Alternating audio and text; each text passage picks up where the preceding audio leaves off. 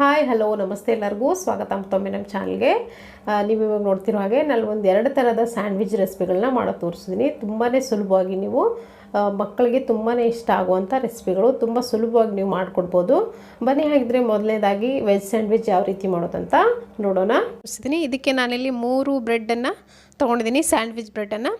ಹಾಗೆ 1 ಕ್ಯಾರೆಟನ್ನು ತುರ್ಕೊಂಡು ಇಟ್ಕೊಂಡಿದ್ದೀನಿ, 1 ಟೊಮೆಟೊ ಮತ್ತು 1 ಸೌತೆಕಾಯಿನ ಸಣ್ಣದಾಗಿ ಕಟ್ ಮಾಡಿಟ್ಕೊಂಡಿದ್ದೀನಿ, 1 ಈರುಳ್ಳಿ ಮತ್ತು ಕ್ಯಾಪ್ಸಿಕಮ್ನು ಕೂಡ ಸಣ್ಣದಾಗಿ ಕಟ್ ಮಾಡಿಟ್ಕೊಂಡಿದ್ದೀನಿ. ಇದನ್ನೆಲ್ಲನೂ ಮಿಕ್ಸರ್ ಏನಿದೆ ಇದನ್ನು ಒಂದು ಬೌಲ್ಗೆ ಹಾಕ್ಕೊಂಡು ಒಂದು ಸ್ಪೂನಿಂದ ಚೆನ್ನಾಗಿ ಎಲ್ಲ ಮಿಕ್ಸ್ ಮಾಡ್ಕೊಳ್ಳಿ. ಎಲ್ಲ ವೆಜಿಟೇಬಲ್ಸ್ನು ಈ ಥರ ಚೆನ್ನಾಗಿ ಮಿಕ್ಸ್ ಮಾಡ್ಕೊಂಡಾದಮೇಲೆ ಇದಕ್ಕೆ 1 ಟೀ ಸ್ಪೂನಷ್ಟು ಪೆಪ್ಪರ್ ಪೌಡ್ರ್ ಹಾಕ್ಕೊಳ್ತಿದ್ದೀನಿ. ಹಾಗೆ ಉಪ್ಪು ರುಚಿಗೆ ತಕ್ಕಷ್ಟು ನಿಮಗೆ ಎಷ್ಟು ಬೇಕೋ ಅಷ್ಟು ಹಾಕ್ಕೊಳ್ಳಿ. ಹಾಗೆ ಇಲ್ಲಿ ನಾನು ಮಯೋನೀಸ್ ಹಾಕ್ಕೊಳ್ತಿದ್ದೀನಿ, ಫನ್ ಫುಡ್ಸ್ದು 3 ಟೇಬಲ್ ಸ್ಪೂನಷ್ಟು ಮಯೋನೀಸ್ ಹಾಕ್ಕೊಳ್ತಿದ್ದೀನಿ. ವೆಜ್ ಮಯೋನೀಸ್ ಇದು. ಇದನ್ನು ಹಾಕ್ಕೊಂಡು ಆ ಮಿಕ್ಸ್ಚರ್ ಏನಿದೆ ಚೆನ್ನಾಗಿ ಹೊಂದೋವರೆಗೂ ಮಿಕ್ಸ್ ಮಾಡ್ಕೊಳ್ಳಿ. ತುಂಬ ಕ್ವಿಕ್ಕಾಗಿ ಮಾರ್ನಿಂಗು ಬ್ರೇಕ್ಫಾಸ್ಟ್ಗೆ ನೀವು ಆರಾಮಾಗಿ ಮಾಡ್ಕೊಳ್ಬೋದು. ತುಂಬ ಟೇಸ್ಟಿಯಾಗಿ ಇರುತ್ತೆ. ಈ ಥರ ಇದು ಮಯೋನೀಸ್ ಏನಿದೆ ಎಲ್ಲ ವೆಜಿಟೇಬಲ್ಸ್ಗೂ ಹೊಂದೋ ಥರ ಚೆನ್ನಾಗಿ ಮಿಕ್ಸ್ ಮಾಡ್ಕೊಳ್ಳಿ. ನಿಮಗೆ ಕಡಿಮೆ ಅನಿಸಿದ್ರೆ ಇನ್ನೊಂದು ಸ್ಪೂನ್ ಕೂಡ ಹಾಕ್ಕೊಳ್ಬೋದು. ಸೊ ಇವಾಗ ಇದನ್ನು ಚೆನ್ನಾಗಿ ಮಿಕ್ಸ್ ಮಾಡ್ಕೊಂಡಾಗಿದೆ. ಈ ಬ್ರೆಡ್ ಸ್ಲೈಸಸ್ ಏನಿದೆ ನಾನು 3 ಬ್ರೆಡ್ ಸ್ಲೈಸಸ್ ತೊಗೊಂಡಿದ್ದೀನಿ. ಇವಾಗ ಮೊದಲಿಗೆ 1 ಬ್ರೆಡ್ ಸ್ಲೈಸ್ ಮೇಲೆ ನಾನು ಬೆಣ್ಣೆನ ಕರಗಿಸ್ಕೊಂಡು ಇಟ್ಕೊಂಡಿದ್ದೀನಿ. ಇದನ್ನು ಒಂದು ಬ್ರಷಿಂದ ಈ ಥರ ಸ್ಪ್ರೆಡ್ ಮಾಡ್ಕೊಳ್ಳಿ. ಇದರ ಮೇಲ್ಗಡೆ ನೀವು ಬೇಕಿದ್ದರೆ ಪೆಪ್ಪರ್ ಪೌಡ್ರ ಮತ್ತೆ ಹಾಕ್ಕೊಳ್ಬೋದು. ನಾನು ಹಾಕ್ತಿಲ್ಲ ಇಲ್ಲಿ, ಹೀಗೇ ಮಾಡ್ಕೊಳ್ತಿದ್ದೀನಿ. ಮಿಕ್ಸ್ಚರ್ಗೆ ನಾನು ಆಲ್ರೆಡಿ ಪೆಪ್ಪರ್ ಪೌಡ್ರ್ ಹಾಕ್ಕೊಂಡಿದ್ದೀನಿ. ಇವಾಗ ಈಗ ಮಾಡಿಟ್ಕೊಂಡಿರೋ ಮಿಕ್ಸ್ಚರ್ ಏನಿದೆ ಇದನ್ನು ಇವನ್ನಾಗಿ ಚೆನ್ನಾಗಿ ಸ್ಪ್ರೆಡ್ ಮಾಡ್ಕೊಳ್ಳಿ. ಈ ಥರ ಚೆನ್ನಾಗಿ ತಿಕ್ ಲೇಯರಾಗಿ ಸ್ಪ್ರೆಡ್ ಮಾಡ್ಕೊಂಡಾದಮೇಲೆ ಇದಕ್ಕೆ ನಾನಿಲ್ಲಿ ಚಿಲ್ಲಿ ಫ್ಲೇಕ್ಸ್ ಹಾಕ್ಕೊಳ್ತಿದ್ದೀನಿ. ಆಪ್ಷನಲ್ಲು ಇದ್ದರೆ ಹಾಕ್ಕೊಳ್ಳಿ. ಇದು ಆರ್ಗ್ಯಾನೋ, ಇದನ್ನು ಕೂಡ ಹಾಕ್ಕೊಳ್ಳಿ. ಸೊ ಇದ್ರ ಮೇಲ್ಗಡೆ 1 ಬ್ರೆಡ್ ಸ್ಲೈಸ್ ಇಟ್ಟು ಮತ್ತೆ ಇದಕ್ಕೆ ಬೆಣ್ಣೆ ಹಚ್ತಿದ್ದೀನಿ ನಾನು. ನಿಮ್ಮ ಹತ್ರ ಬೆಣ್ಣೆ ಹಚ್ಚಾದಮೇಲೆ ನಿಮ್ಮ ಹತ್ರ ಏನಾದರೂ ಗ್ರೀನ್ ಚಟ್ನಿ ನಿಮಗೆ ಬೇಕು ಅನಿಸಿದ್ರೆ ಗ್ರೀನ್ ಚಟ್ನಿ ಹಾಕ್ಕೊಳ್ಳಿ. ಇಲ್ಲಾಂದರೆ ಟೊಮೆಟೊ ಕೆಚಪ್ ಏನಿರುತ್ತೆ ಅದನ್ನು ಹಾಕ್ಕೊಂಡು ಸ್ಪ್ರೆಡ್ ಮಾಡಿಕೊಂಡು ಇದ್ರ ಮೇಲ್ಗಡೆ ಮತ್ತೆ ಅದು ಏನಿರುತ್ತೆ ಮಿಕ್ಸ್ಚರು ಮಯೋನೀಸ್ ಮಿಕ್ಸ್ಚರ್ ಅದನ್ನು ಹಾಕ್ಕೊಂಡು ಮತ್ತೆ ತಿಕ್ಕಾಗಿ ಲೇಯರ್ಡಾಗಿ ಈ ಥರ ಸ್ಪ್ರೆಡ್ ಮಾಡ್ಕೊಳ್ಳಿ. ಇದ್ರ ಮೇಲ್ಗಡೆ ಇನ್ನೊಂದು ಬ್ರೆಡ್ ಸ್ಲೈಸ್ ಇಟ್ಟು ಇದನ್ನು ಚೆನ್ನಾಗಿ ಪ್ರೆಸ್ ಮಾಡಿ ನಾನಿಲ್ಲಿ ಇದನ್ನು ಟ್ರಯಾಂಗಲ್ ಆಕಾರದಲ್ಲಿ ಕಟ್ ಮಾಡ್ಕೊಳ್ತಿದ್ದೀನಿ. ಮಕ್ಕಳಿಗೆ ಈ ಥರ ಮಾಡಿಕೊಟ್ರೆ ತುಂಬ ಚೆನ್ನಾಗಿ ಇಷ್ಟಪಟ್ಕೊಂಡು ತಿಂತಾರೆ. ನೋಡಿ ಇಲ್ಲಿ ರೆಡಿ ಆಯಿತು. ಸೊ ಇವಾಗ ವೆಜ್ ಸ್ಯಾಂಡ್ವಿಚ್ ರೆಡಿಯಾಗಿದೆ. ನೀವು ಕೂಡ ನಿಮ್ಮ ಮನೆಯಲ್ಲಿ ಕ್ವಿಕ್ಕಾಗಿ ಬ್ರೇಕ್ಫಾಸ್ಟ್ ಮಕ್ಕಳಿಗೆ ಮಾಡಿಕೊಡಿ, ತುಂಬ ಇಷ್ಟಪಟ್ಟು ತಿಂತಾರೆ. ಸೊ ನೋಡಿದ್ರಲ್ಲ ಸುಲಭವಾಗಿ ವೆಜ್ ಸ್ಯಾಂಡ್ವಿಚ್ ಯಾವ ರೀತಿ ಮಾಡೋದು ಅಂತ. ಸೊ ಇವಾಗ ಮತ್ತೊಂದು ಥರದ ಸ್ಯಾಂಡ್ವಿಚ್ ಮಾಡೋದು ನೋಡೋಣ. ಕ್ಯಾಬೇಜ್ ಚೀಸ್ ಸ್ಯಾಂಡ್ವಿಚ್ ಅಂತ ತುಂಬ ಟೇಸ್ಟಿಯಾಗಿರುತ್ತೆ. ಬನ್ನಿ ಹಾಗಿದ್ರೆ ಇದನ್ನು ಯಾವ ರೀತಿ ಮಾಡೋದು ಅಂತ ನೋಡ್ಕೊಂಬರೋಣ. ಇದನ್ನು ನೀವು ಮಕ್ಕಳಿಗೆ ಈವ್ನಿಂಗ್ ಟೈಮ್ನಲ್ಲಿ ಟೀ ಟೈಮ್ ಜೊತೆ ಯಾವಾಗ ಬೇಕಿದ್ರೂ ನೀವು ಇದನ್ನು ಮಾಡಿಕೊಡ್ಬೋದು. ಮಕ್ಕಳಂತೂ ತುಂಬಾ ಇಷ್ಟಪಟ್ಟು ಇದನ್ನು ತಿಂತಾರೆ.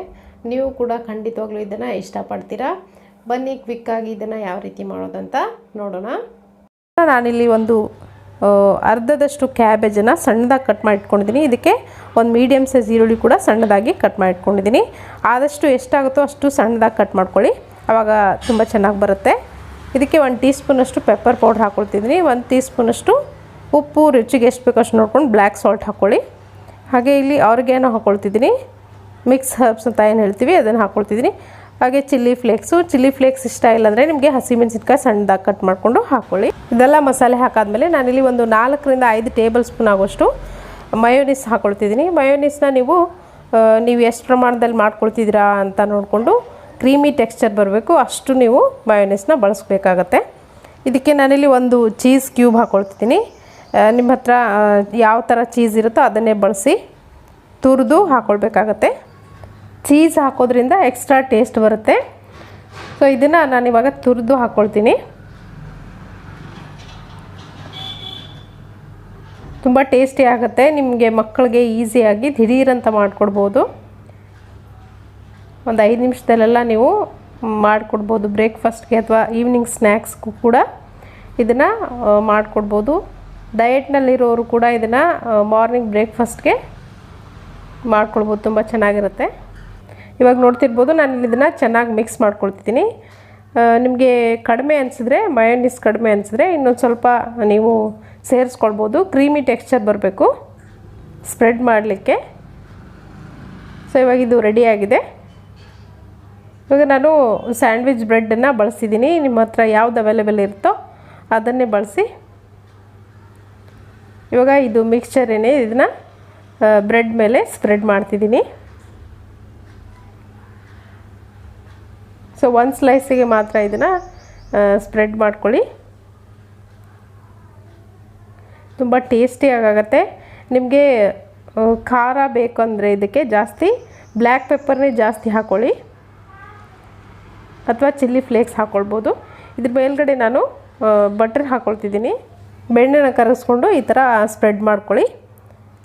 ಇವಾಗ ಒಂದ್ರ ಮೇಲೊಂದು ಬ್ರೆಡ್ ಸ್ಲೈಸನ್ನು ಇಟ್ಟು ಇವಾಗ ಒಂದು ಸೈಡಲ್ಲಿ ನಾನು ಬೆಣ್ಣೆನ ಅಪ್ಲೈ ಮಾಡ್ಕೊಳ್ತಿದ್ದೀನಿ ಎಲ್ಲ ಕಡೆ. ಸೊ ಇವಾಗ ಈ ಥರ ಅಪ್ಲೈ ಮಾಡ್ಕೊಳ್ಳಿ. ಹಾಗೆ ತವೆ ಕೂಡ ನಾನು ಕಾಯಕ್ಕಿಟ್ಟಿದ್ದೀನಿ. ತವೆ ಮೇಲೆ ಕೂಡ ಅಷ್ಟೇ ಬೆಣ್ಣೆನ ಹಾಕ್ಕೊಳ್ಳಿ ಅಥವಾ ಎಣ್ಣೆನಲ್ಲಿ ಕೂಡ ನೀವು ಮಾಡ್ಕೊಳ್ಬೋದು. ಈ ತವೆಗೂ ಕೂಡ ಸ್ವಲ್ಪ ಬೆಣ್ಣೆ ಅಪ್ಲೈ ಮಾಡ್ಕೊಳ್ತೀನಿ.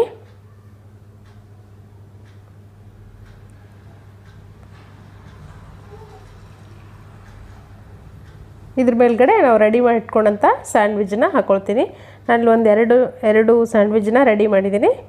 ಇದನ್ನು ಹಾಕ್ಕೊಂಡು ಎರಡು ಕಡೆಯೂ ಗೋಲ್ಡನ್ ಬ್ರೌನ್ ಆಗೋವರೆಗೂ ಚೆನ್ನಾಗಿ ಕ್ರಿಸ್ಪಿಯಾಗಿ ಬೇಯಿಸ್ಕೊಳ್ಳಿ.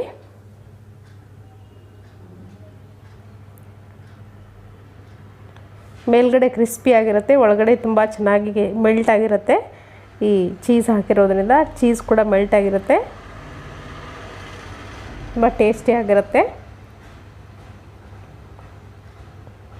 ಡಯಟ್ನಲ್ಲಿರೋರು ಈ ಬೆಣ್ಣೆನ ನೀವು ಸ್ಕಿಪ್ ಮಾಡ್ಬೋದು, ಹಾಗೆ ಕೂಡ ಬೇಯಿಸ್ಕೊಳ್ಬೋದು.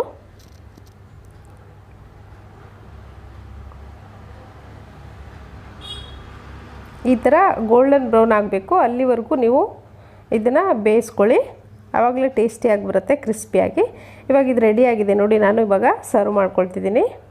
ಇದೇ ಥರ ನಾನು ಮತ್ತೊಂದು ಸ್ಯಾಂಡ್ವಿಚನ್ನು ಕೂಡ ರೆಡಿ ಮಾಡಿ ಇಟ್ಕೊಂಡಿದ್ದೀನಿ. ಇದನ್ನು ಕೂಡ ಬೇಯಿಸ್ಕೊಳ್ತೀನಿ. ಸೊ ಇದನ್ನು ನೋಡಾದಮೇಲೆ ನೀವು ಕೂಡ ಖಂಡಿತ ನಿಮ್ಮ ಮನೆಯಲ್ಲಿ ಮಾಡ್ಕೊಂಡು ನೋಡಿ. ಟೇಸ್ಟ್ ಹೇಗಿತ್ತು ಅಂತ ಕಮೆಂಟ್ ಬಾಕ್ಸ್ನಲ್ಲಿ ಅಭಿಪ್ರಾಯ ತಿಳಿಸಿ.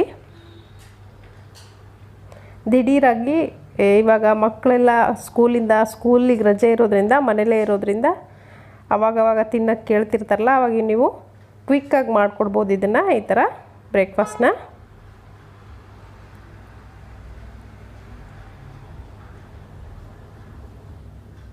ಸೊ ಇವಾಗಿದು ರೆಡಿಯಾಗಿದೆ ನೋಡಿ. ಇದನ್ನು ಕೂಡ ನಾನಿಲ್ಲಿ ಸರ್ವ್ ಮಾಡ್ಕೊಳ್ತಿದ್ದೀನಿ. ಇದನ್ನು ನೀವು ಯಾವುದೇ ಸೈಡ್ಸ್ ಬೇಕಿಲ್ಲ ಇದಕ್ಕೆ. ಸ್ಯಾಂಡ್ವಿಚ್ಗೆ ಚಟ್ನಿ ಅದೆಲ್ಲ ಏನೂ ಬೇಕಿಲ್ಲ, ಹಾಗೆ ತಿನ್ಬೋದು. ಸೊ ಈ ಥರ ಕಟ್ ಮಾಡಿಕೊಂಡು ನೀವು ಸರ್ವ್ ಮಾಡ್ಕೊಳ್ಬೋದು.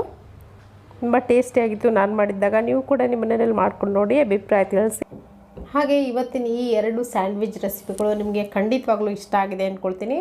ಇಷ್ಟ ಆಗಿದ್ರೆ ಒಂದು ಲೈಕ್ ಒತ್ತೋದನ್ನು ಮರಿಬೇಡಿ. ಹಾಗೆ ನನ್ನ ಚಾನಲ್ಗೆ ಯಾರು ಸಬ್ಸ್ಕ್ರೈಬ್ ಆಗಲು ದಯವಿಟ್ಟು ಸಬ್ಸ್ಕ್ರೈಬ್ ಆಗೋದನ್ನು ಕೂಡ ಮರಿಬೇಡಿ. Thank you.